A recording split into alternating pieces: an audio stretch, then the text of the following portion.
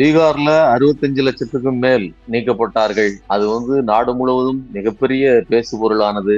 அப்போது அதிகமாக அதை விவாதித்து தமிழ்நாடு பொறுப்புணர்வோடு நாங்கள் இருக்கிறோம் அப்படின்னு மக்கள் தங்களை தாங்களே ப்ரூவ் பண்ண வேண்டிய ஒரு தேவைக்கு நெருக்கடிக்கு உள்ளாக்கி விட்டிருக்கிறது இந்த அரசு.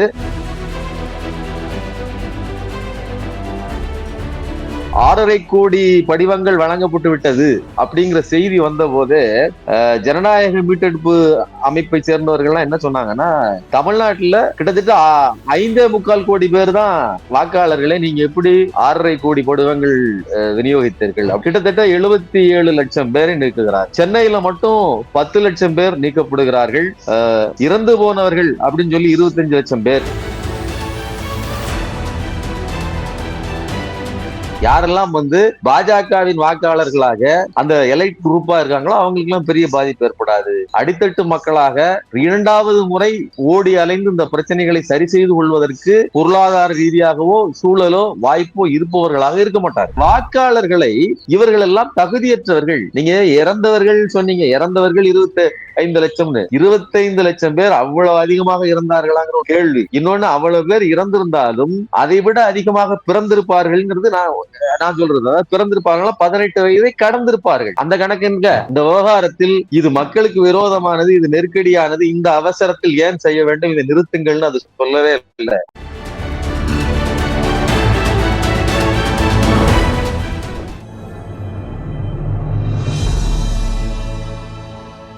தமிழ் நியூஸ் நேயர்களுக்கு அன்பு வணக்கம். இன்றைய சிறப்பு நேர்காணலில் நம்மோடு இணைந்திருப்பவர் ஊடகவியலாளர் திரு சுமன் கவி சார். சார் வணக்கம். வணக்கம் சார். ஸ்பெஷல் இன்டென்சிவ் ரிவிஷன் இப்போது முடியும் தருவாயில இருக்கு. டிசம்பர் 11 மணிக்கு அது எக்ஸ்டென்ஷன் பண்ணியிருந்தாலும் கூட பழைய டெட்லைன் நம்ம எட்டிட்டோம். இன்னும் ஒரு வார காலம் தான் இருக்கு.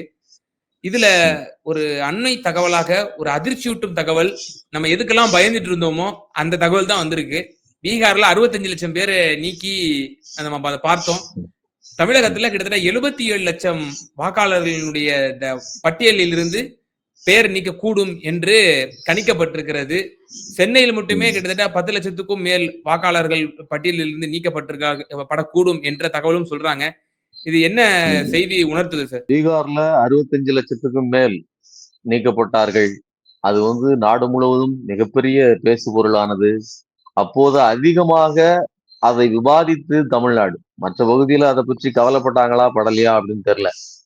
இங்க இருக்கக்கூடிய வாக்காளர்களுக்குத்தான் வாக்கின் மீது கூடுதல் அக்கறை உண்டு. மற்றவர்களை பற்றி மற்றவர்களுக்கும் இல்லாம இருக்காது. எந்த இந்திய குடிமகனாக இருப்பவர்களுக்கு தொடர்ந்து வாக்கு செலுத்தி தன்னுடைய குடியுரிமையை நிலைநாட்டுகிற ஒரு இடத்தில் அவர்கள் ஜனநாயக கடமையை ஆற்றுவதில் எந்த காலத்திலும் அவர்கள் தவறியதில்லை. ஆனா தமிழ்நாட்டை பொறுத்தவரை அந்த விஷயத்துல கான்சியஸ்னஸ் அதிகம்.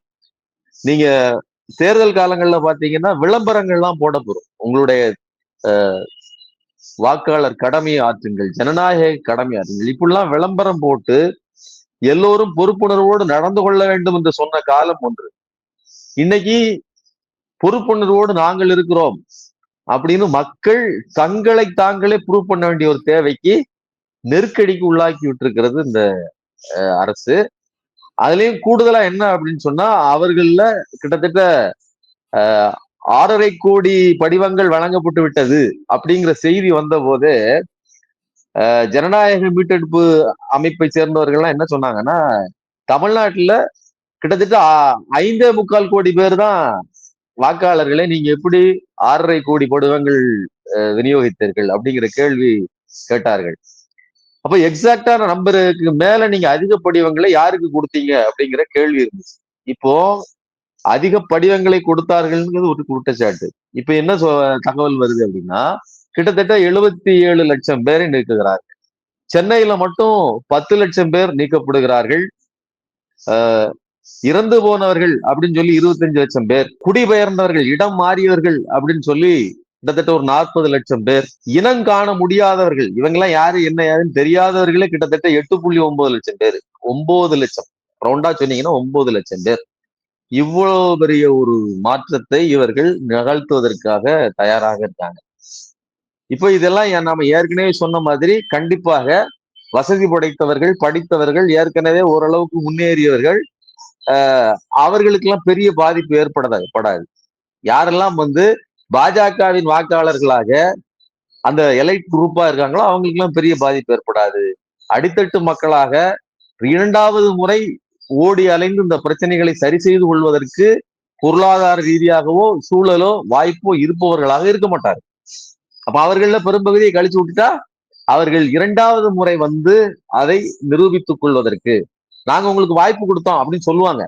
நீங்க ரெண்டாவது ஜனவரிக்கு வரைவு வாக்காளர் பட்டியல் வந்ததுக்கு அப்புறம் புதுசா போயோ இல்ல ஏதாவது ஒரு வகையில நீங்க அப்ளை பண்ணிக்கலாம் அப்படின்னு சொல்லுவாங்க. ஆனா எத்தனை பேர் வருவாரு?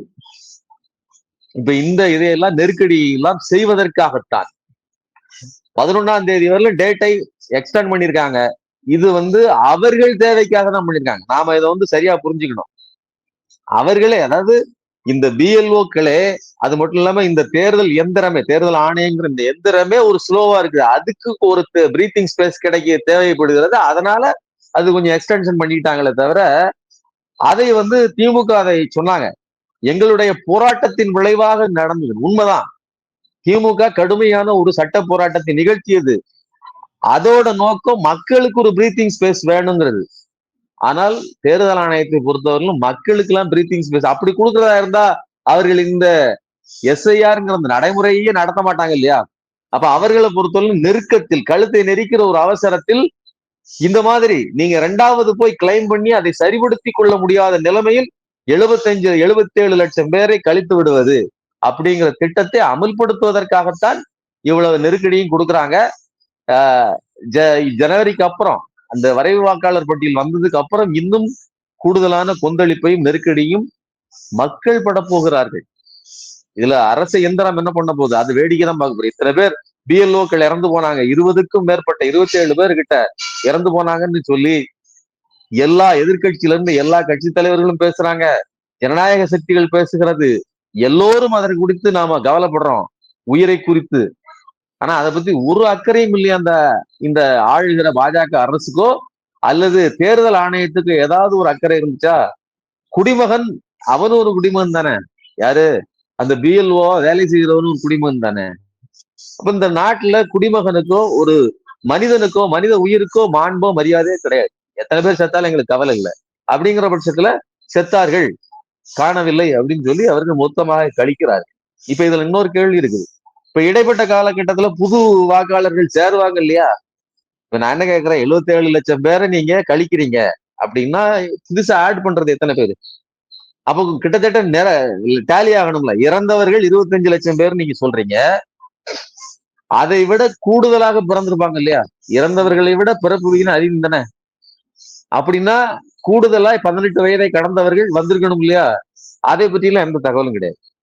அப்ப என்னன்னா அந்த கழிப்பதில கூட திட்டமிட்டு கழிப்பது, சேர்மானத்தை பற்றிய தகவல் கிடையாது. கழிப்பதை திட்டமிட்டு செய்கிறார்கள். இங்கே மக்கள் அவதிப்பட போகிறார்கள். அது மட்டும்தான் தெளிவா இருக்கு. இல்ல சார், இந்த வாக்காளர் பட்டியல சுத்தப்படுத்தணுங்கிற நோக்கத்துக்காக நாங்க ஸ்பெஷல் இன்டென்சிவ் ரிவிஷனை கொண்டு வர்றோம்னு சொல்லி தான் தேர்தல் ஆணையம் சொல்றாங்க. நீங்களே அதுக்கு தெளிவா விளக்கத்தை கொடுக்குறீங்க. மரணித்தவர்களுடைய பெயர் லிஸ்ட்ல இருக்கணுமா? அவங்க லிஸ்ட்ல இருந்து தூக்க வேண்டியதுதான். அதே போல நீங்க ஷிஃப்டட் ஓட்ஸ் சொன்னீங்க. அவங்க எல்லாம் 2 இடத்துல இருந்தாங்கன்னா இப்ப நம்ம டபுள் என்ட்ரின்னு சொல்றாரு ராகுல் காந்தி, மல்டிபிள் என்ட்ரின்னு சொல்றாரு. அப்ப அந்த மாதிரி பெயர்கள்லாம் களை எடுக்கப்பட வேண்டியதுதான். இப்ப இவைகள் எல்லாம் நீக்கிறதுல என்ன ஆட்சேபனை இருக்கிறது உங்களுக்கு? அதாவது சுத்தப்படுத்தல் அப்படிங்கிற வார்த்தையே ஒரு மோசமான வார்த்தை, ஒரு கெட்ட வார்த்தை அப்படின்னு சொல்றேன். அது பொலிட்டிக்கலி மக்களை அசுத்தமானவர்களாக, அதாவது இந்த இந்த ஒரு கூட்டத்தையே அவர்களை வாக்களிக்க தகுதியற்றவர்களாக கருதுகிற கண்ணோட்டத்திலிருந்து சுத்தம்ங்கிற வார்த்தை வருது. நீங்க ஹிட்லர் நாஜி படைகள் யூதர்களை அழித்தொழிக்கும் போது என்ன சொன்னாங்க? அவர்கள் சுத்திகரிப்பு தான் செஞ்சாங்க. ஆரிய இன சுத்திகரிப்பு, மத்த இனங்கள்லாம் இங்க இருக்கக்கூடாது, நாங்க சுத்திகரிக்க போறோம்னு சொன்னாங்க. அதே மாதிரி இங்க வாக்காளர்களை இவர்கள் எல்லாம் தகுதியற்றவர்கள். நீங்க இறந்தவர்கள் சொன்னீங்க, இறந்தவர்கள் 25 லட்சம்னு. 25 லட்சம் பேர் அவ்வளவு அதிகமாக இறந்தார்களாங்கிற ஒரு கேள்வி.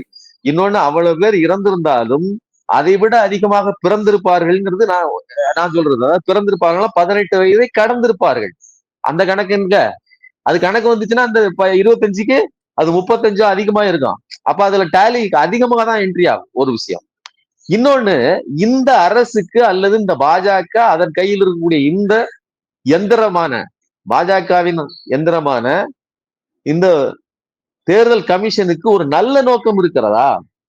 இவர்களுக்கெல்லாம் குடியுரிமை, அதாவது ஒரு நபர் கூட தன்னுடைய வாக்கை இழந்து விடக்கூடாது. நீங்க ஜஸ்டிஸுக்கு சொல்லுவாங்க, ஒரு குற்றவாளி அவன் தப்பிச்சிடலாம், ஆனா ஒரு நிரபராதி ஒருபோதும் தண்டிக்கப்பட்டு விடக்கூடாதுன்னு. அந்த இதை நீங்க அப்படியே ரிவர்ஸ் பண்ணி இதுக்கு பொருத்தி பாருங்க. ஒருத்தர் தப்பா கூட வாக்களிக்கலாம், அது வேற, அதை சரிபடுத்தணும். ஆனா வாக்கு இருக்கிற ஒருவன் இழந்து விடக்கூடாது, இதுதானே முக்கியமானது. நீங்க ஒரு நாட்டின் குடிமகன், அந்த குடி உரிமையை நீங்கள் இழந்து விடக்கூடாது. அதுக்கு நான் தான் உத்தரவாதம் கொடுக்கணும். ஒரு பொறுப்புணர்வு உள்ள ஒரு தந்தையை போல, ஒரு தாயை போல, ஒரு பேருணர்ச்சியோடு இந்த மக்களை அரவணைக்கிற ஒரு அரசு அதான் செய்யணும். அப்படிப்பட்ட உணர்ச்சி இந்த மோடி அரசுக்கோ அல்லது அது கையில் இருக்கக்கூடிய இந்த தேர்தல் ஆணையத்துக்கோ இருக்குதா? ஒரு தாய் உள்ளத்தோடு எல்லாரையும் அரவணைக்கிற உணர்வுலையா இருக்குது? அது என்ன பண்ணுது அப்படின்னா, சனாதனம் சொல்லுகிற தீட்டு தீண்டாமை அதுல இருந்து ஈங்குது. அதனாலதான் சுத்தப்படுத்துகிறோம், மக்களை கழிவுகளாக, கரைகளாக, அசிங்கமாக இவர்கள் எல்லாம் அகற்றப்பட வேண்டியவர்கள் அப்படின்னு கருதுது. அதனாலதான் சுத்தப்படுத்துதல் அப்படிங்கிற வார்த்தை அது பேசுகிறது. இது ஹிட்லரின் அந்த நாஜிக்கள் செய்த அந்த சுத்திகரிப்புக்கு இணையானது. இது ஒரு அரச நடைமுறையாக மென்மையாக, அதாவது அது கொஞ்சம் வன்முறையா நடந்துச்சுன்னா இது பார்ப்பதற்கு மென்மையாக நடக்கிறது. ஆனா இதுவும் வன்முறையான ஒரு நடவடிக்கை அப்படிங்கிறது என்னுடைய கருத்து. இப்ப டிசம்பர் 11 வரைக்கும் காலக்கெடு இருக்கு. டிசம்பர் 16ல நமக்கு தெளிவா டிராஃப்ட் ரோல் வந்துரும். அதுல நம்ம கொடுத்த அந்த எஸ்ஐஆர் ஃபார்ம் படி நம்ம ஓட்டர் லிஸ்ட்ல இடம் பெற்றோமா இல்லையா, இல்ல மாஸ் எக்ஸ்க்ளூஷன் நடந்திருக்கு, இல்ல இவ்வளவு பேர் இன்க்ளூஷன் ஆயிருக்காங்கன்னு சொல்லி நம்ம டிசம்பர் 16ல நம்ம தெரிஞ்சுப்போம் சார். இப்போ நீங்க சொல்றபடியே அதிகமான பேர் பேர் நீக்கம் செய்யப்பட்டிருக்கிறார்கள். இதுவரை போன நாடாளுமன்ற தேர்தல் வரைக்கும் நான் ஓட்டு போட்டிருக்கேன், இந்த சட்டமன்ற தேர்தலில் என் பேர் இல்ல அப்படின்னு தூக்குறாங்க. அது லட்சக்கணக்கில் நீங்க சொல்ற மாதிரி 77 லட்சம் அந்த மாதிரி பெரிய மாஸ் லெவல்ல தமிழ்நாடு நடக்குது அப்படின்னா, இந்த நாட்டு மக்கள் அமைதியாக அதை சகித்து கொண்டு ஃபார்ம் 6 கொடுத்து அடுத்த அப்பீல் அவங்க பண்ணுவாங்களா, அல்லது எப்படி இருக்கும், இம்பாக்ட் எப்படி இருக்கும்? அது இம்பாக்ட்ங்கிறது கண்டிப்பாக ஃபார்ம் 6, நான் அதெல்லாம் முதலே சொன்ன மாதிரி ஃபார்ம் 6 கொடுத்து புதுதாக தன்னை இணைத்துக் கொள்ளுகிற ஆற்றல், அதுக்கான வசதி வாய்ப்பு உள்ளவர்கள் செய்வார். நான் சிம்பிளா சொல்றேன், 85 வயசு ஒரு பெரிய பாட்டியம்மாவை நீங்க ஓட்டு போடுவதற்கு பூத் ஏஜென்ட் முதற்கொண்டு போய் காத்து கிடந்து கட்சிக்காரர்கள் அல்லது யாரா அங்க இருக்கிறவர்கள் போய் இருந்து 4 பேர் தூக்கிட்டு வருவாங்க ஒரு வாக்குக்காக. அது அன்னைக்கு தேவை, நெசசிட்டி, அந்த ஒரு நாளைக்காக செய்வாங்க. ஆனா இந்த அம்மாவுக்கு வாக்கு போயிடுச்சுங்கிறதுக்காக ஒவ்வொரு முறையும் கூட்டு போய் நீங்க ஃபார்ம் 6 வாங்கி கொடுக்கறதா இருக்கட்டும், அதுக்கப்புறம் அது வரலன்னா வரவு வாக்காளர்கள், அது 2வது வாக்காளர்கள் பட்டியல வந்துருச்சான்னு பார்க்கணும், அது வரலன்னா போய் அப்பீல் பண்ணணும், நீங்க லோக்கல் ஜட்ஜிட்டையோ அல்லது ஐஏஎஸ் அவங்க கிட்டே போய் நீங்க காத்து கிடக்கணும், ஐஜி ஆபீஸ்ல காத்து கிடக்கணும். இதெல்லாம் செய்வார்களா? நான் சொல்றது ஒரு சாதாரண எளிய ஒரு ஒத்த குடிசையில இருக்கக்கூடிய பாட்டியம்மா, வேற எங்கேயோ இடத்துல வேலை பார்க்கறோம் வச்சுங்க, சும்மா சொல்றேன், அந்த பேரன் கூட இல்லாத ஒற்றை நபர்கள் எத்தனை பேர். இன்னொன்னு, வேலை செய்கிறவர்களே வச்சுக்காங்க, குளத்து வேலைக்கு இந்த மாதிரி 100 நாள் வேலைகளுக்கு இதுக்காக வேலை, அன்னைக்கு வேலையை விட்டா எனக்கு வாழ்க்கை இல்லைங்க அப்படின்னு நினைக்கிறவர்கள் அந்த வேலையை விட்டுட்டு எத்தனை பேர் வருவாங்க? இதெல்லாம் நீங்க வீடியோக்கள் பாத்தீங்க இல்லையா? இன்னைக்கு இந்த திருத்தத்தின் போதே பல பேர் சொன்னது அதுதான். பெண்கள் ஆண்கள் எல்லோரும் புலம்பியது அதுதான். நீங்க அதுதான் புரிஞ்சுக்கணும். நான் முதல்ல ஒரு வார்த்தை சொன்னேன், தாயுள்ளத்தோடு எல்லோரையும் அரவணைக்கிற ஒரு இன்க்ளூசிவ் பாலிசி அந்த அது இல்ல. எல்லாரையும் எலிமினேட் பண்ணி கழித்து கட்டுகிற வேலை. அதுக்கு என்ன முலாம் பூசி நீங்க பேசினாலும் அது நிக்காது. அது மக்கள் விரோதமானது. இந்த எலெக்ஷன் கார்டு இதெல்லாம் எபிக் நம்பர் இதெல்லாம் ஸ்டாண்டர்டைஸ் ஆகிறதுக்கு முன்னாடி இடைப்பட்ட காலங்கள்ல நீங்க எந்த ஒரு ஆதாரம் இருந்தாலும் போதும், ஒரு ரேஷன் கார்டு இருக்கா போனீங்கன்னா அவங்க ஓட்டு போட்டுக்கலாம், ஒரு டிரைவிங் லைசன்ஸ் இருக்கா ஓட்டு போட்டுக்கலாம், எந்த ஒரு அரசு ஆதாரத்தை அரசு கார்டு இருந்தாலும் போதும் அப்படின்னு இருந்துச்சு. அப்ப அதோட பொருள் என்னன்னா, உங்களை நாங்க இன்க்ளூசிவா எல்லாத்தையும் உள்ள எடுத்துக்கிட்டு தான் இருக்கோம். ஆனா இன்னைக்கு அப்படி இல்லை. இன்னைக்கு நீங்க எந்த ஆதாரம் வைத்திருந்தாலும் சரி, நாங்கள் கேட்கிற ஆதாரம் இருக்கிறதா அப்படின்னாங்க. இப்ப கடைசி நேரத்துல அதை அவர்களால் ஃபாலோ பண்ண முடியல, தமிழ்நாட்டுல அப்படி நெருக்கடி கொடுக்க முடியல அப்படின்னு சொன்ன உடனேயே அதை வந்து நாங்க பின்னாடி பாத்துக்கிடுறோம், வெரிபிகேஷன்ல பிறகு பாத்துக்கிடுறோம். இப்போதைக்கு நீங்க என்ட்ரி பண்ணி பாவம் மட்டும் கொடுங்க. கழித்தது போக மிச்சம் இருப்பதை நீங்க நீங்க செயல்பட்டு, அதாவது இப்ப நான் சொன்னேன் இல்லையா, நீங்க போய் காத்து கிடந்து ஃபார்ம் 6 கொடுக்கணும். நீங்க போய் காத்து கிடந்து அதுல, அதாவது இறுதி வாக்காளர் பட்டியல்ல பேர் வரலன்னா மறுபடியும் போகணும். அப்போ இது உங்க தலையில இருக்கிற பாரம். அப்படி என்று சுமத்துவது என்பது திட்டமிட்ட மக்கள் மேல் தொடுக்கிற வன்முறை. 2016 எப்படி பணத்தை செல்லாதுன்னு சொல்லிட்டு மக்களை, எளிய மக்களை ரோட்ல அல்லோல கல்லோலப்பட விட்டார்களோ, அப்படி இப்போது ஓட்டுக்களை செல்லாது என்று சொல்லிவிட்டு நம்மை பரிதவிக்க விடுகிறது இந்த பாஜக அரசு. சார், இந்த விவகாரத்துல ஒரு இறுதியான ஒரே ஒரு கேள்வி. இப்போ ஒரு மாஸ் எக்ஸ்க்ளூஷன் நடக்குது அப்படின்னா, இந்த ஸ்பெஷல் இன்டென்சிவ் ரிவிஷனை வந்து அதிமுக பாஜகவை தவிர்த்து மற்ற எல்லா கட்சிகளும் வந்து எதிர்க்கிறத பாக்குறோம். திமுக அதனோட கூட்டணி கட்சிகள் எதிர்க்குது, தாவேகா எதிர்க்குது, நாம் தமிழர் கட்சி எதிர்க்குது. இப்ப இவங்கெல்லாம் நெக்ஸ்ட் ஃபர்தரா என்ன செய்ய வேண்டியது இருக்கு சார்? லீகல் ஃபைட் ஒரு பக்கம் பண்றாங்க. உச்சநீதிமன்றமும் இந்த பிஎல்ஏ தற்கொலைக்கு சம்பந்தமா சொல்லும் போது பிஎல்ஓக்களை வந்து எண்ணிக்கையை இன்க்ரீஸ் பண்ணுங்க அப்படின்ற மாதிரின்னு இன்னைக்கு ஒரு கருத்தும் சொல்லியிருக்கு நீதிமன்றம். தேர்தல் ஆணையத்திற்கு ஒரு அறிவுறுத்தலை கூறியிருக்கிறது. ஆனாலும் இது பத்தாது, இன்னும் நமக்கு கால அவகாசம் தேவைப்படுகிறது. இன்னும் பல குளறுபடிகள் வந்து களையெடுக்கப்பட வேண்டும். அப்ப இந்த அப்போசிஷன் பார்ட்டிஸ் எல்லாம் இப்ப என்ன செய்யணும்னு நீங்க நினைக்கிறீங்க? இல்ல, இந்த பாஜக அரசு ஆட்சியின் கீழ் நீதிமன்றங்களையும் நாம நம்புறதுக்கு இல்லைங்க. நீதிமன்றம் வந்து நமக்கு இந்த விவகாரத்திலே, அதாவது நீங்க எந்த கேஸுக்கு போனாலும் நீதிமன்றம் மக்களுக்கு ஒரு நல்ல தீர்ப்பை வழங்கி நல்லபடியா இல்ல. நமக்கு வந்து வேற புகலிடம் இல்லைங்கிறதுனால நாம் அதை போய் அண்டி நிற்கிறோமே தவிர, இந்த விவகாரத்தில் இது மக்களுக்கு விரோதமானது, இது நெருக்கடியானது, இந்த அவசரத்தில் ஏன் செய்ய வேண்டும், இதை நிறுத்துங்கள்னு அது சொல்லவே இல்லை. இப்போதைக்கு எதை சரி பண்ண முடியுமோ அதை கொஞ்சம் அட்ஜஸ்ட் பண்ணிக்கங்க, மாத்துங்கிற அளவுல அவர்கள் இந்த அது கொஞ்சம், அதாவது இது கொஞ்சம் கசக்கத்தான் செய்யும், கொஞ்சம் கருப்பட்டியை கடிச்சுக்கங்கன்னு சொல்லி இந்த மருந்து கொடுக்கும் போது கொடுப்பாங்க இல்லையா, அதே மாதிரி சில சமரசங்களை செய்யறாங்களே தவிர முழுவதுமாக இந்த விஷத்தை நான் ஏன் குடிக்க வேண்டும், இது வெறுமனே நோய் தீர்க்கிற குணமாக்குற மருந்து இல்லை, இது என்னை கொல்றது, என்னுடைய வாக்குரிமையை அழிப்பது, இதை நான் ஏன் செய்யணும்னு கேட்கிற ஒரு சாதாரண மனிதனின் கேள்விக்கு அங்கே தீர்வு இல்லை. அவர்கள் கொடுக்கிற தீர்வு, அதாவது அவர்கள் கொடுக்கிற நாக்குல சீனி தொட்டு வைக்கிறது தீர்வாகாது. இது நமது குடியுரிமையை அழிக்கிற செயல்பாடு. அப்போ இந்த விவகாரத்துல நீதிமன்றம் வேலை செய்யாது, நமக்கு ஆதரவா செய்யாது. இன்னொன்னு, ஓட்டு கட்சிகளை பொறுத்தவரையிலும் நம்ம ராகுல் காந்தி அவர்கள் ஓட்டு திருடி விட்டார்கள்னு சொல்றாரு. அது எந்த விதமான விளைவை இங்க கொண்டு வந்திருக்குது? இது திருட்டு கட்சி தான் அப்படின்னு பாஜக மேல ஒரு எண்ணம் வருதே தவிர என்ன செய்ய போகிறீர்கள்?